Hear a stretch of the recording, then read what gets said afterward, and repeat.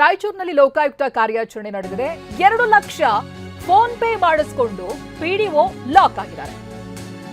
ಬಿಜನಗೇರ ಗ್ರಾಮ ಪಂಚಾಯಿತಿ ಪಿಡಿಒ ಲಕ್ಷ್ಮೀ ಪಾಟಿ ಅಂತ ಲೇಔಟ್ ನಿರ್ಮಾಣ ವಿಚಾರಕ್ಕೆ ಪಿಡಿಒ ಲಂಚಕ್ಕೆ ಬೇಡಿಕೆ ಇಟ್ಟಿದ್ದಾರೆ.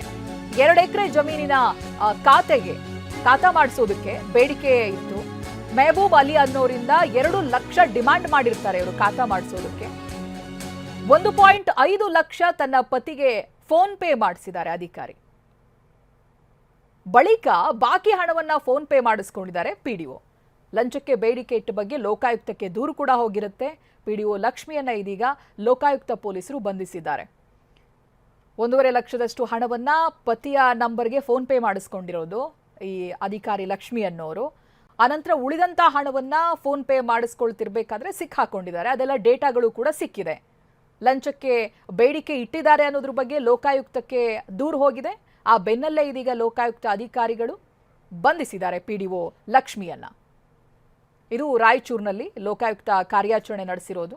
ಸುಮಾರು 2 ಲಕ್ಷ ಫೋನ್ ಪೇ ಮಾಡಿಸ್ಕೊಂಡಿದ್ದಾರೆ ಪಿಡಿಒ. ಇದೀಗ ಬಂಧಿಸಲಾಗಿದೆ ಅವರನ್ನ.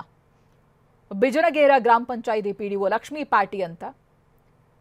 ವಿಚಾರ ಏನಂತ ಹೇಳಿದ್ರೆ, ಈ ಲೇಔಟ್ ನಿರ್ಮಾಣ ವಿಚಾರಕ್ಕೆ ಲಂಚ ಕೊಡಬೇಕು ಅಂತ ಬೇಡಿಕೆಯನ್ನ ಇಟ್ಟಿರ್ತಾರೆ.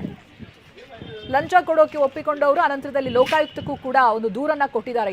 ಈ ರೀತಿಯಾಗಿ ಖಾತಾ ಮಾಡಿಸೋದಕ್ಕೆ ಲಂಚ ಕೇಳ್ತಾ ಇದ್ದಾರೆ ಅಂತ. ಅದಕ್ಕೂ ಮುಂಚಿತವಾಗಿಯೇ 1,50,000 ಹಣವನ್ನ ತಮ್ಮ ಪತಿಯ ಅಕೌಂಟ್ಗೆ ಫೋನ್ ಪೇಯನ್ನು ಮಾಡಿಸ್ಕೊಂಡಿರ್ತಾರೆ. ಉಳಿದಂತ ಹಣವನ್ನ ಫೋನ್ ಪೇ ಮಾಡಿಸುವಂತ ಸಂದರ್ಭ ಸಿಕ್ಕಾಕೊಂಡಿದ್ದಾರೆ. ಈಕೆನೆ 2 ಲಕ್ಷಕ್ಕೆ ಬೇಡಿಕೆಯನ್ನ ಇಟ್ಟಿರುವಂತ ಪಿಡಿಒ.